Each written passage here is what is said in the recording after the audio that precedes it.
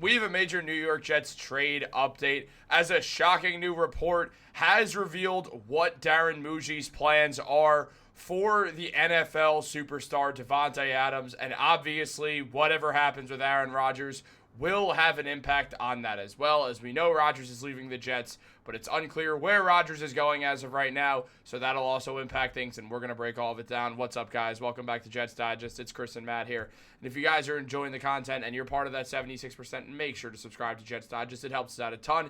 You guys have been killing it recently. Let's keep it up. Really helps us out, but let's jump into the video because Davante Adams, well, Matt, it feels, as we all knew, when it was revealed about Aaron Rodgers that Rodgers' time was up. That also meant the same for Adams. And now a full report from Ian Rappaport has revealed that the Jets are now taking calls on star wide receiver Davante Adams, open to trading him prior to the start of the league year. No surprise there with his $38.2 million cap number. If they can't get a deal done, they are expected to release Adams, who could rejoin Aaron Rodgers on a new team, which would be very unsurprising to see. Rodgers and Adams really enjoy playing together. They're very, very close friends, so it would not be shocking at all. Adams last year had an interesting season because he started it with the Raiders, but didn't really want to be there with Derek Carr gone, and it became very clear that Adams was going to get traded, and very likely it would be to the Jets, which it was.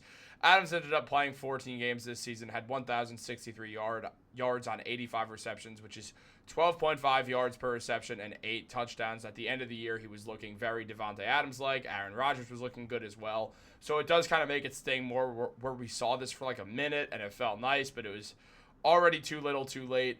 So now where the New York Jets are at, they're going to have to try to find a way to trade Davante Adams off. Now, Deebo Samuel got traded very recently for a 5th-round pick to the Washington Commanders. So it's going to be interesting to see what the New York Jets elect to do, considering the fact that they trade a 3rd to get Adams, and they're likely not going to get much.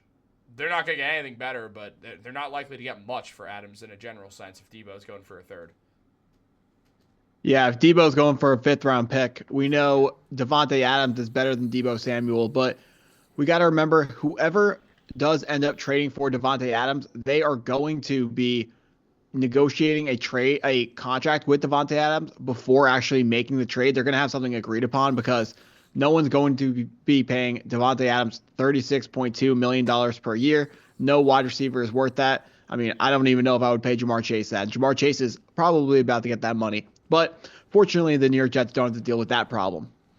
So we, of course, traded a 3rd-round pick for Davante Adams, but it was a little bit different because in season, a player like Davante Adams has a higher value in season than the off season. Also, we had Aaron Rodgers, which was putting extra pressure on our team to go out and trade for specifically Davante Adams, not just a elite wide receiver, specifically Davante Adams. So the way the New York Jets would be able to get the most in return for Davante Adams, we're hoping that Aaron Rodgers is cut, picked up by a team, and then he tells that GM, go get me Aaron Rodgers. Or maybe he doesn't have to tell the GM that. The GM just goes out, picks up Davante Adams to pair him with Aaron Rodgers, just like the New York Jets did, and they are going to try to run that as well. I'm hoping to see, I mean, of course, it's going to be good to get the numbers off the Davante Adams' salary off the Jets' books. That was never a problem, as his $36 million are unguaranteed.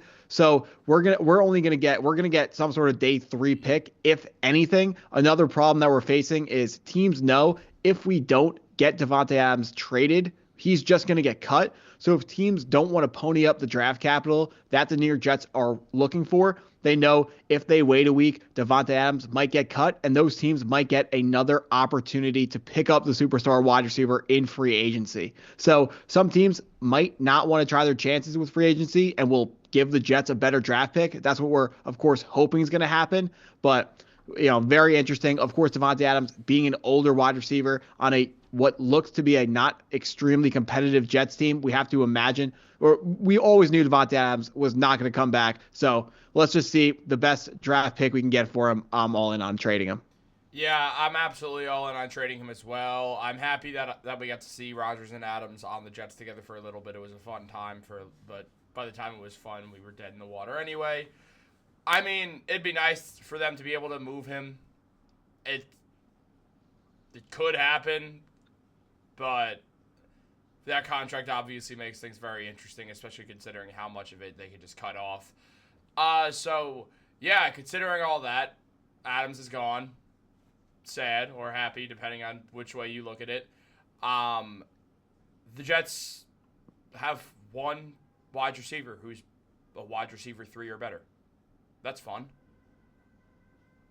At least he's a wide receiver 1. Garrett, that's the hardest part of the puzzle to find. True. When you're looking for that wide receiver core, the number 1 wide receiver, that's the hardest thing to find. You're going to find it pretty much only at the top of the draft, unless you get, I don't want to say get lucky with a Puka Nacua, because, maybe you could say the Rams just scouted better than us, and that's why they deserve to find a stud in the 4th round like a Puka Nacua.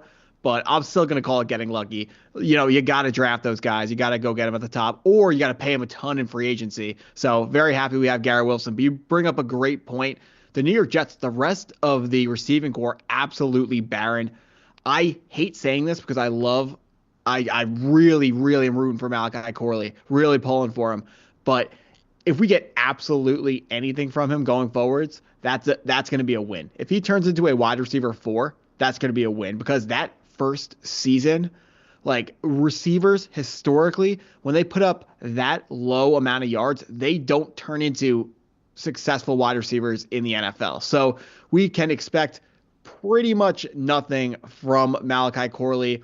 We also got Xavier Gibson. He's a slot guy, a gadget guy. I mean, we need to make these guys work, Malachi Corley and Xavier Gibson. To make guys like that work, we need to have a very smart offensive mind drawing up the plays and calling the plays. We're going to find out if Tanner Engstrand is up to snuff with that. Of course, we know our last offensive coordinator was absolutely not going to be doing that. I mean, you could say that made Malachi Corley a really bad pick off the rip, seeing how the Jets were in the bottom of the league in motion percentage, so you knew they weren't coming up with a creative offense. And Malachi Corley, he can't run routes, so you got to design the touches for him. But I mean, so Malachi Corley, he's got some talent. That's why he was drafted in the 5th round. But the history is heavily, heavily against him. This isn't a very deep wide receiver class. We're going to see. Experts are predicting 4 first-round wide receivers, being Tedero McMillan, Emeka Egbuka, Luther Burden, and Matthew, I think his first name is Matthew, Golden out of Texas. Those are going to be your 4 first-round wide receivers. After that, it's kind of a wild, wild west at wide receiver. There are going to be some guys going on day 2, but it's not an extremely deep group like we saw last season. So if the New York Jets want to find more wide receivers, which we know they do, they're going to have to get creative to find these guys.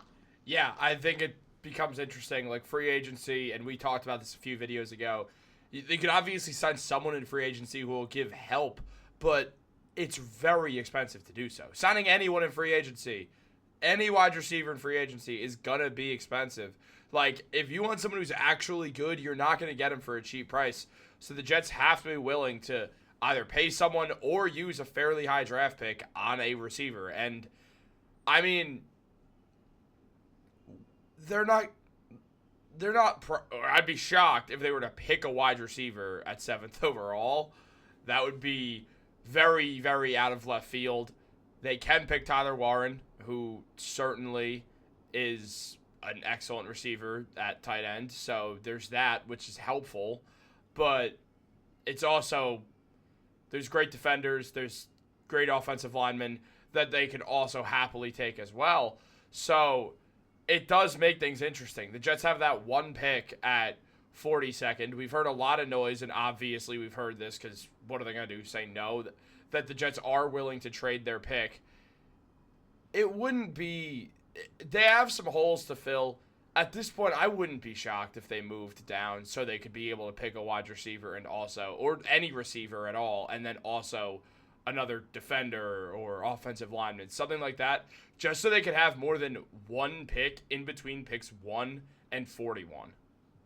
So looking at the Jets' needs, it makes by far the most amount of sense to trade down, because at all the elite positions that you're looking for, they already have the guy. Let's just go through it real quick. They need the guy at QB. The guy, not in this draft. So we have to forget about that. Next, we need a left tackle. We got that. We need a star wide receiver 1. We got that. We need a lockdown corner. We got that. We need a pass rusher. We got Quinnen Williams. Does he count? We got Will McDonald. We got Jermaine Johnson. Do they count, as a whole?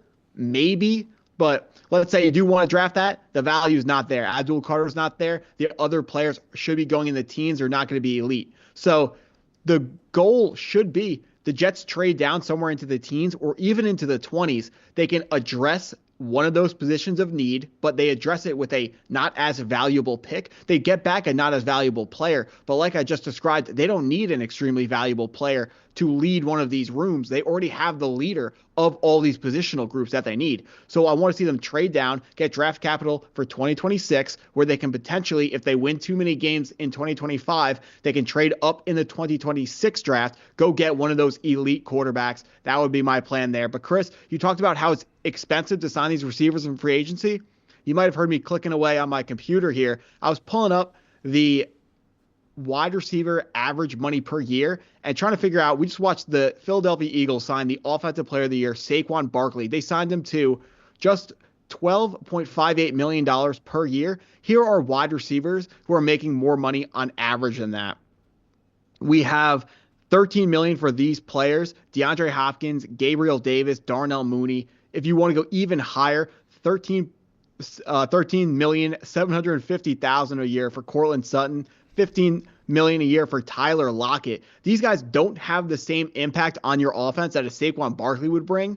That's just the wide receiver market right now. It is very expensive. That's why you need to make sure you're hitting on your draft picks in the NFL draft, something Joe Douglas was not able to do. Denzel Mims, absolute bust. Malachi Corley, looking like a bust as well. I mean, it's not rocket science here. The Jets missed on their draft picks, and they're paying for it right now.